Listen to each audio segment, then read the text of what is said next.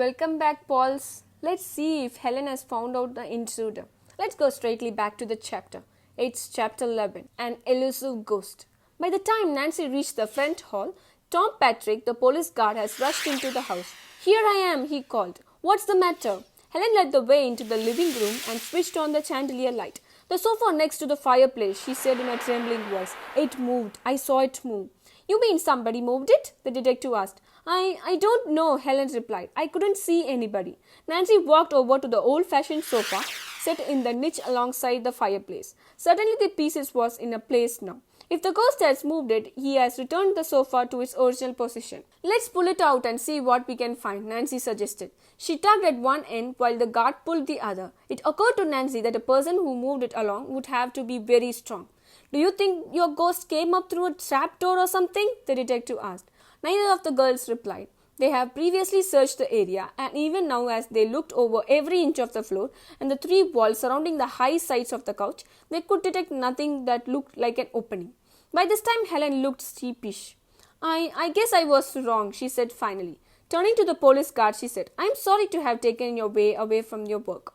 Don't feel too badly about it, but I'll better get back to my guard duty, the man said and left the house.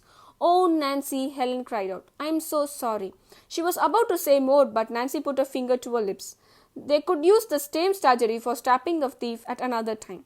In case the thief might be listening, Nancy said did not want to give away their secret. Nancy felt that after all the uproar, the ghost would not appear again this night. She motioned to Helen that they would go quietly upstairs and get some sleep. Hugging the walls of the stairway once more, they ascended noiselessly, tiptoed to their room and got into bed. I'm certainly glad I didn't wake up Miss Flora and Aunt Rosemary, said Helen sheepishly as she whispered good night. Though Nancy has been sure the ghost would not enter the mansion again that night, she discovered in the morning that she had been mistaken. More food has been stolen sometimes between midnight and 8 o'clock when she and Helen started breakfast. Had the ghost taken it for personal use or only to worry the occupants of Twin Elms? I missed my chance this time, Nancy murmured to her friend. After this, I would better not trust what that ghost's next move may be. At 9 o'clock, Hannah Grant telephoned the house. Nancy happened to answer the ring and after the unusual greetings was amazed to hear Hannah say, I would like to speak to your father. Why, Dad isn't here, Nancy told her. Don't you remember the telegram said he wasn't coming? He's not there, Hannah exclaimed. Oh, this is bad, Nancy, very bad. What do you mean, Hannah? Nancy asked fearfully. The housekeeper exclaimed that soon after receiving the telegram on Tuesday evening, Mr. Drew himself had phoned. He wanted to know if you were still in Cliffwood, Nancy. When I told him yes, he said he would stop off there on his way home Wednesday. Nancy was frightened, but she asked steadily, Hannah, did you happen to mention the telegram to him? No, I did not, the housekeeper replied. I didn't think it was necessary. Hannah, darling, said Nancy, almost on the verges of tears, I'm afraid the telegram was a hoax. Oh, hoax? Mr. Grant cried out. Yes, that enemy sent it to keep me from meeting him. Oh, Nancy, Hannah wailed. You don't suppose those enemies that Mr. Gomber warned you about how waylaid your father are keeping his prisoner?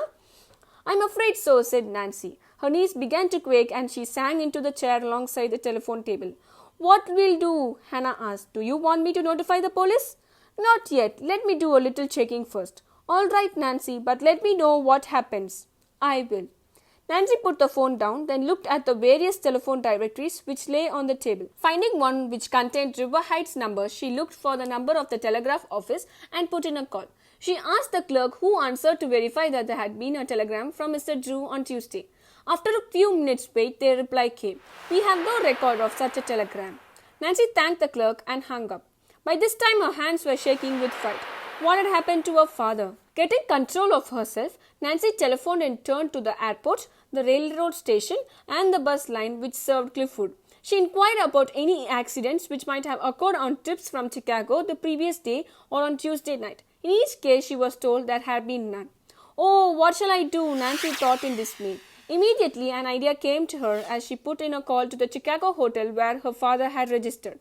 Although she thought it was unlikely, it was just possible that he had changed his mind again and was still there. But a conversation with the desk clerk dashed this home. No, Mr. Drew is not here. He checked out Tuesday evening. I don't know his plans, but I'll connect you with the head porter.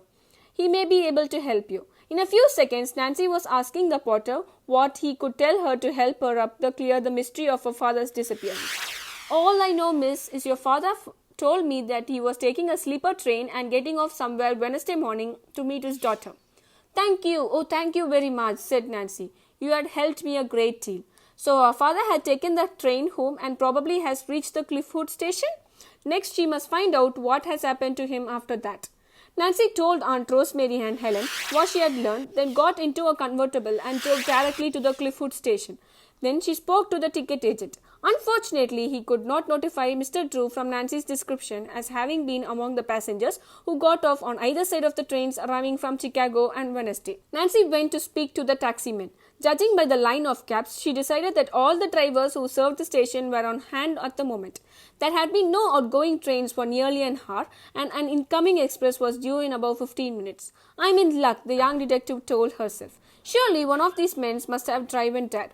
She went from one to another, but each of them did not have carrying a passenger to Mr. Drew's description the day before. By this time, Nancy was in a panic. She hurried inside the station to a telephone booth and called the local police station. Nancy asked to speak to the captain, and in a moment he came on the line. Captain Rosland speaking, he said crisply. Nancy poured out her story. She told of the warning her father had received in River Heights and a fear that some enemy of his was now detaining the lawyer against his will. This is very serious, Miss Drew, Captain Rosland stated. I will put men on the case at once, he said. As Nancy left the phone booth, a large, grey-haired woman walked up to her. Pardon me, miss, but I couldn't help overhearing what you said. I believe maybe I can help you. Nancy was surprised and slightly suspicious. Maybe this woman was connected with the abductors and planned to make Nancy a prisoner too by promising to take her to her father. Don't look so frightened, the woman said smilingly. All I wanted to tell you is that I am down here at the station every day to take a train to the next town. I am a nurse and I am on a case over there right now. I see, Nancy said. Well, yesterday I was here when the Chicago train came in.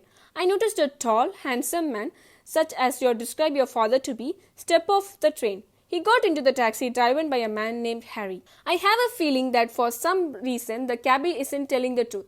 Let's talk to him. Nancy followed the woman, her heart beating furiously. She was ready to grab at any straw to get a clue to her father's whereabouts.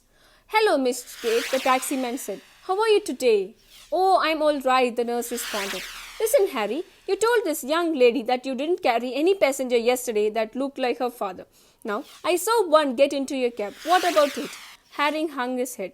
Listen, miss, he said to Nancy, I got 3 kids and I don't want nothing to happen to him. See. What do you mean? Nancy asked, puzzled.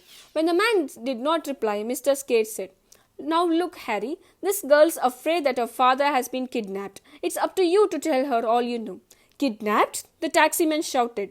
Oh, good night. Now I don't know what to do. Nancy had a sudden thought. Has somebody been threatening you, Harry? She asked. The cab's driver's eye nearly popped from his head. Well, he said, since you guessed it, I would better tell you everything I know. He went on to state that he had taken a passenger who fitted Mr. Drew's description towards Twin Elms when he had said he wanted to go. Just as we were leaving the station, 2 other men came up and jumped into my cab. They said they were going a little farther than that would I take them. Well, about halfway to Twin Elms, one of those men ordered me to pull up the side of the road and stop. He told me the stranger had blacked out. He and his buddy jumped out of the car and laid the man on the grass. How ill was he? Nancy asked. I don't know. He was unconscious. Just then another car came along behind and stopped. The driver got out and offered to take your father to a hospital. The 2 men said okay. Nancy took heart. Maybe her father was in a hospital and had been abandoned at all. But a moment later her hopes were again dashed when Harry said, I told those guys I would be glad to drive the sick man to a hospital, but one of them turned on me, shook his fist and yelled, You just forget everything that happened or it'll be too bad for you and your kids. Oh, Nancy cried out, and for a second everything seemed to swim before her eyes. She clutched the door handle of the taxi for support. There was no question now but that her father has been drugged, then kidnapped. Oh my God, what is going to happen to Nancy's father? Stay tuned for the next chapter, guys. Have a happy day.